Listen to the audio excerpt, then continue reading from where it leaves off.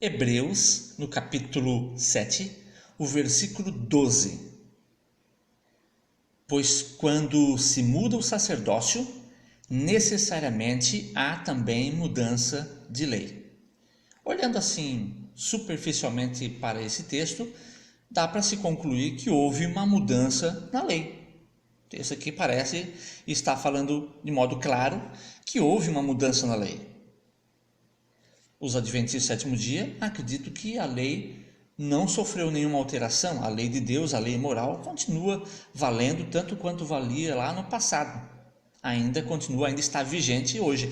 Mas esse texto aqui de Hebreus, capítulo 7, verso 12, falando aqui de uma mudança na lei. Se nós entendermos e se analisarmos o contexto, ficará mais claro a que se refere. Olha só, aqui está falando do sacerdócio levítico.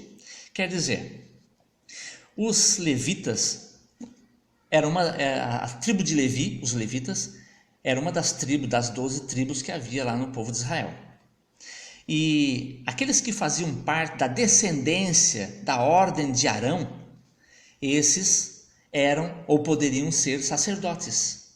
O problema era que Jesus, ele não fazia parte dessa tribo. Jesus era da tribo de Judá, pois é evidente que nosso Senhor procedeu de Judá, tribo a qual Moisés nunca atribuiu sacerdotes. E agora, como é que Jesus poderia ser um sumo sacerdote se ele era da tribo de Judá? Olha o verso 28. Porque a lei constituiu sumos sacerdotes a homens sujeitos a fraquezas. Mas a palavra do juramento, que foi posterior à lei, constitui o Filho perfeito para sempre.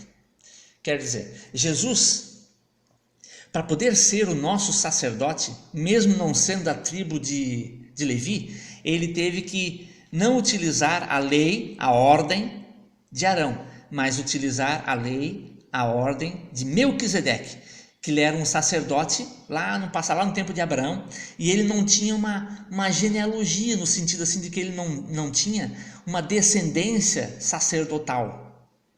E Jesus também não tinha essa descendência sacerdotal. Como é que Jesus poderia ser um sacerdote no santuário celestial?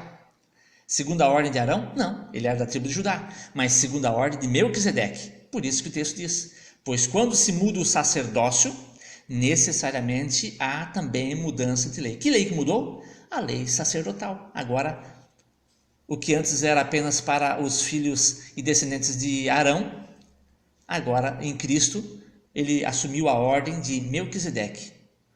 Anote em sua Bíblia, isso é importante.